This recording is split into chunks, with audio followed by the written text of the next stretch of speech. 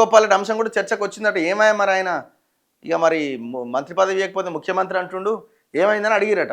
రాజగోపాల్ను ఢిల్లీకి పిలిచి తామే స్వయంగా మాట్లాడతామని రాహుల్ గాంధీ ఖర్గే చెప్పినట్టు సమాచారం. ఇప్పుడు ఏమని వచ్చిందంటే వార్త, రాజగోపాల్ రెడ్డి అంశం కూడా చర్చకు వచ్చిందట. ఎవరెవరి మధ్యలో?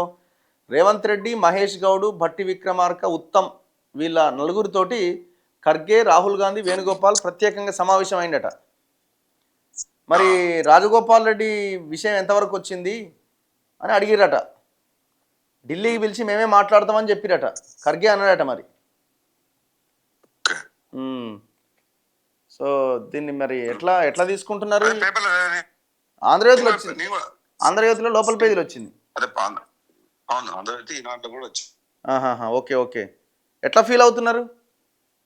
మీ నాయకులు గుర్తించినట్టుగా, మీ హైకమాండ్ లీడర్లు ఇక్కడ గుర్తించకపోయినా అక్కడ గుర్తించినట్టుగా. మరి అంటే రఘు, గుర్తించడం అంటే నన్ను పార్టీలకు తీసుకొచ్చింది కాంగ్రెస్ పార్టీ అధిష్టానం సంబంధించి మాట్లాడిన వాళ్ళందరూ ఇప్పటి వరకు 2 సంవత్సరాలు 2 నెలలు నాతోటి నన్ను కరెక్ట్ గా హ్యాండిల్ చేయలేదు. వాళ్ళు పదవి ఇస్తారా లేదా అనేది సెకండరీ ఇష్యూ. వాళ్ళ కమిట్మెంట్ ఆనర్ చేస్తారా లేదా అనేది వాళ్ళ మీద డిపెండ్ అయింది. నాకు మాట ఇచ్చింది. కానీ వాళ్ళు నాతోటి ప్రవర్తించిన తీరు, ఎవరైతే నన్ను తీసుకొచ్చిండ్రో,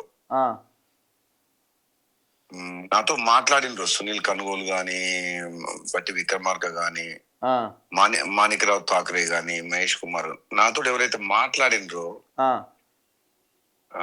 ఈ 2 సంవత్సరాల 2 నెలల్లో వాళ్ళు నాతో ప్రవర్తించిన తీరు, మాట్లాడిన విధానం, పద్ధతి చాలా అవమానకరం. ఎవరు? హైకమాండ్ వాళ్ళు కూడా?